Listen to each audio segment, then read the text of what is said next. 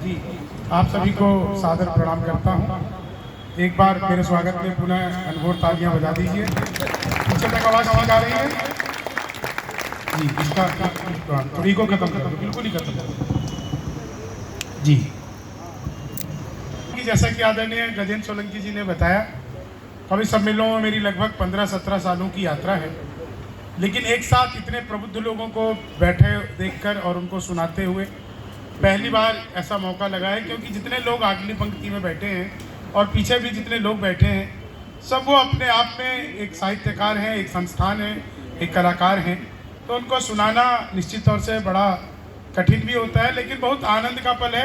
एक छोटा सा मैं आप लोगों को, गजेंद्र जी जो इस कवि सम्मेलन का संचालन कर रहे हैं, दोस्तों गजेंद्र सोलंकी भले ही आप लोगों को, क्योंकि वो विचारों से जुड़े हैं, परिवार से जुड़े हैं, विचारधारा से जुड़े हैं, राष्ट्रीय धारा के कवि, इसलिए बहुत सहजता सरलता से आप लोगों को प्राप्त हो गए हैं। लेकिन गजेंद्र सोलंकी जी की ये बड़ी खासियत है कि वो जितने ऊंचे कद पर, जितने ऊंचे पद पर रहते हैं, वो अपने आप को उतना ही छोटा और उतना ही सहज सरल बनाकर चलते हैं। अभी 22 तारीख को आदरणीय गजेंद्र सोलंकी जी को दिल्ली विश्वविद्यालय में प्रोफेसर की मानद उपाधि से नवाजा गया है। एक बार इनके लिए जोरदार तालियां बजाइए। और 100 सालों के दिल्ली विश्वविद्यालय के इतिहास में पहली बार विश्वविद्यालय के लिए कोई कुल गीत लिखा गया है। उस कुल गीत के रचयिता आदरणीय हमारे बीच में गजेंद्र सोलंकी जी हैं। एक बार इनके लिए जोरदार तालियां बजाइए। तालियां थोड़ी कमजोर है, माइक भी थोड़ा कमजोर है, लेकिन पूरी कोशिश करेंगे। पीछे जितने साथी बैठे हैं सबको बहुत बहुत प्रणाम करता हूँ। मेरे विषय में आपको बताया, आदरणीय अरुण जी का बहुत बहुत आभार करता हूँ। सर, आपका आदेश मेरे लिए किसी अध्यादेश से कम नहीं था, और यहाँ तक आने में आपको मैं बहुत बहुत धन्यवाद करता हूँ कि आपने मुझे इस मंच के लायक समझा।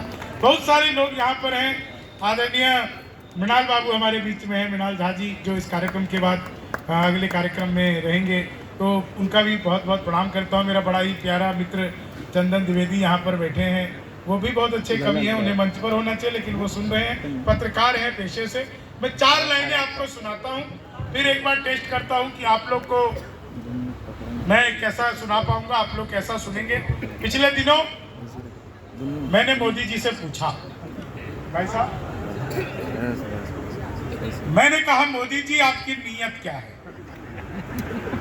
दोस्तों, बात समझ में आ जाए तो एक एक व्यक्ति का आशीर्वाद चाहिए। मैंने कहा मोदी जी आपकी नीयत क्या है। मोदी जी बोले मेरी नीयत पाक साफ है।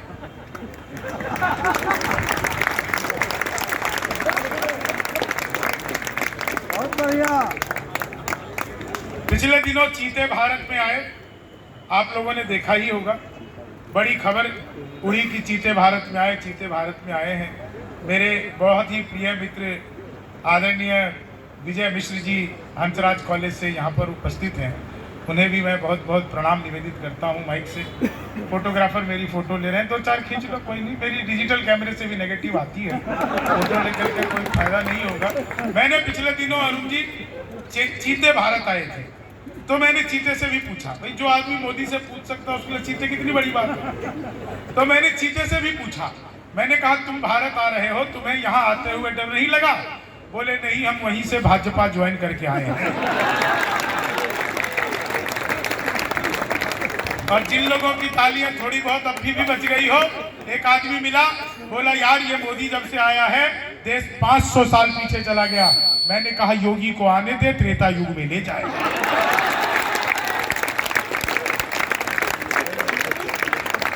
उत्तर प्रदेश का बीच चुनाव के बीच में कांग्रेसियों ने प्रियंका गांधी को लॉन्च किया और कहा प्रियंका हमारा तुरुफ का इक्का है।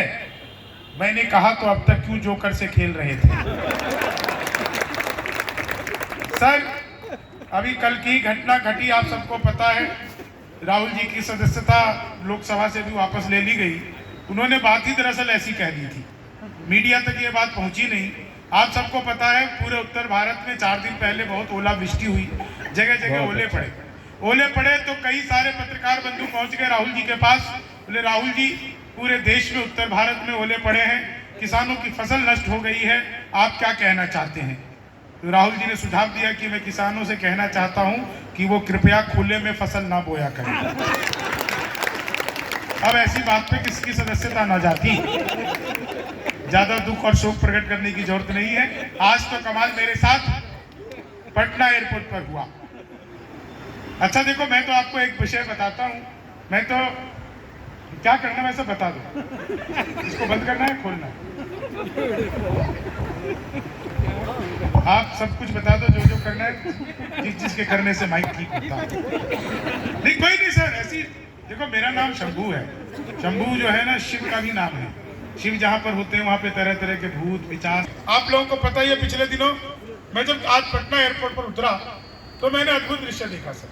अच्छा मैं तो अक्सर बताता हूँ कि भाई मूल रूप से तो मैं बिहार का हूँ, यहाँ शराब बंद हो गई तो मैं दिल्ली रहने लगा। लेकिन मैं एक बात आप सब पटना वालों से कहना चाहता हूँ कि पूरे बिहार में शराब और भगवान एक जैसे हैं हर जगह, दिखते नहीं है। और आपकी तालियां तो अगली बात पर उठेगी, वो चाहे शराब हो या भगवान, जिसको भी प्राप्त हो जाए वो मग्न होकर अपनी मस्ती में झूमता रहता है। किसी को भी उसका पता नहीं बताता है, तो कहता है अपना रास्ता खुद तलाश। यही मूल बात है सर। मैं सच बता रहा हूँ, आज पटना एयरपोर्ट पर मैं जैसे ही बाहर निकला तो मैंने देखा दो आदमी आपस में आधे घंटे से गाली गलौज कर रहे थे। मुझे लगा उनका भी कोई साहित्य महोत्सव चल रहा हो। आधे घंटे से गाली गलौज कर रहे थे। मैं गाड़ी से उतरा, मैंने समझाया, तब मारपीट हुई मेरे साथ।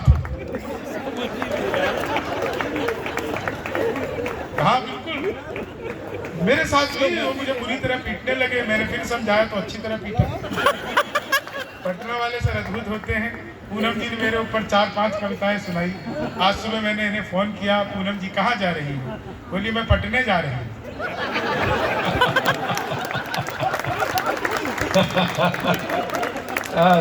कमाल है। और देखिए इतना मतलब सामने मातृशक्ति बैठी हुई है। एक तो मैं जब मातृशक्ति को हंसता हुआ देखता हूँ तो बड़ी खुशी मिलती है। सच बता रहा हूँ, इतनी खुशी मिलती है कि मैं अपनी बात तो बता भी नहीं सकता आपको। बहुत दिनों से मैं ये नोटिस कर रहा हूँ कि बहुत सारी महिलाएं लगातार मुझे देखती रहती है, घूर घूर कर देखती रहती है। इसमें ऐसा नहीं है मेरे अंदर कुछ खासियत है, वो मुझे देखकर लगातार सोचती रहती है चलो अपना वाला तो ढंग का है।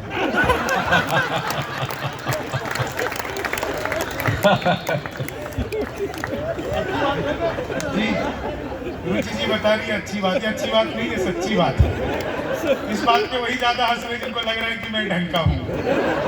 नहीं, और सच बता रहा हूँ सर, ये वही टाइम होता है, आप देखा करो, जिस टाइम पर हमारे घरों में घर तोड़ू सीरियल चल रहे होते हैं। एक से बढ़कर एक घर तोड़ू सीरियल छोड़कर आप लोग यहाँ पर साहित्य में आप यहाँ पे आई हैं, ये बड़ी बात है। टीवी चैनलों पे देखा करो, जितनी खतरनाक औरत उतनी बड़ी बिंदी। मैंने देखा मेरी भाभी ने बिंदी लगा रखा था। मैंने कहा भाभी ये क्या है? बोली बेटा ये तुम्हारे भैया है। दूसरे कमरे में गया, चाची ने बिंदी लगा रखी थी। मैंने कहा चाची ये क्या है? बोले बेटा ये तुम्हारे चाचा है, हमारे सुहाग की निशानी। मैं घर से बाहर निकला, एक मॉडर्न महीना मिली, उसने एक के ऊपर एक बिंदी लगा रखी थी। मैंने कहा बहन जी डबल सुहाग कैसे अफोर्ड करती हो? लेकिन मैं सच बता रहा हूँ सर, बिल्कुल ये महिलाएं बहुत अपने आप पर घमंड करती है, बहुत गर्व करती है। और हम पुरुष कहते हैं कि ये पुरुष जो है ऐसे ही रहते हैं, फुकरे रहते हैं, कुछ भी नहीं करते।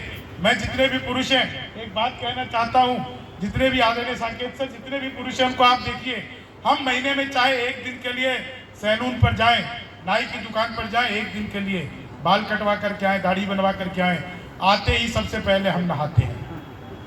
मैंने आज तक एक भी महिला ऐसी नहीं देखी जो ब्यूटी पार्लर से आने के बाद मुंह भी धोती हो।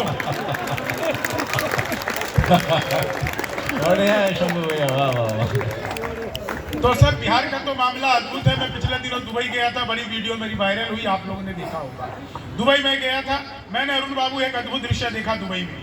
दुबई में मैंने देखा 3 व्यक्ति चाय पी रहे थे, एक अमेरिका का, एक दुबई का और एक अपने बिहार का।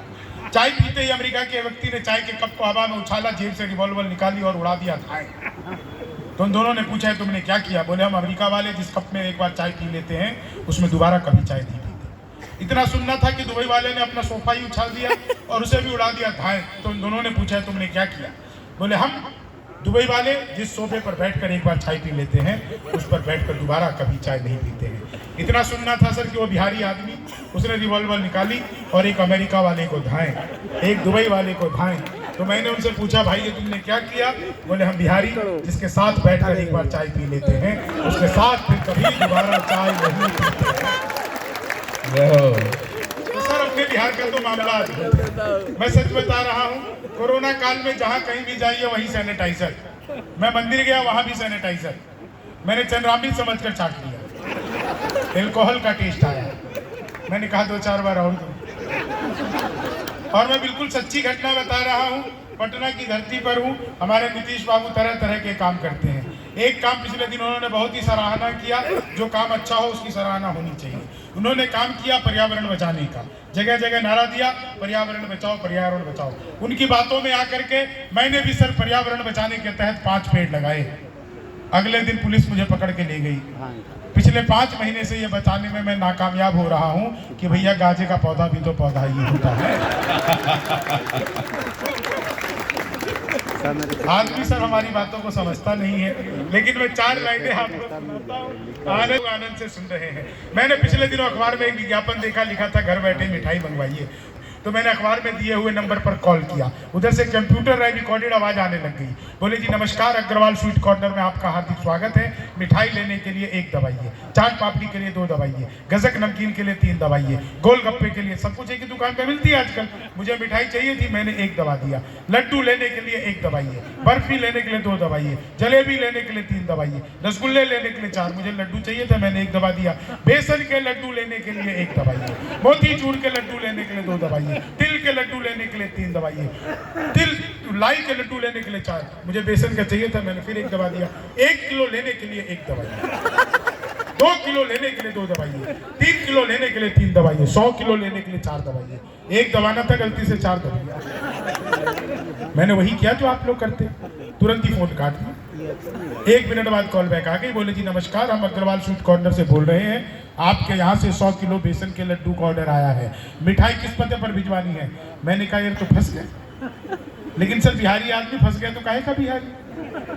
बिहारी आदमी फंसता नहीं, फंसाता भी नहीं है, बीच का रास्ता निकालता है। बोले जी जल्दी बताइए, आपके यहाँ से 100 किलो बेसन के लड्डू का ऑर्डर आया है, मिठाई किस पते पर भिजवानी है? मैंने कहा देखो भाई ये फोन किसने किया मुझे तो पता ही नहीं। घर में हम 9 भाई हैं, सबसे बड़े वाले से बात करने के लिए 1 दबाइए, मुझे छोटे से बात करने के लिए 2 दबाइए, मुझे छोटे से बात करने के लिए 3 दबाइए, और जब तक असली वाला ना मिल जाए तब तक दबाते जाइए दबाते जाइए दबाते जाइए दबाते जाइए। आप लोग जोरदार तालियां बजाइए। क्या बढ़िया आनंद।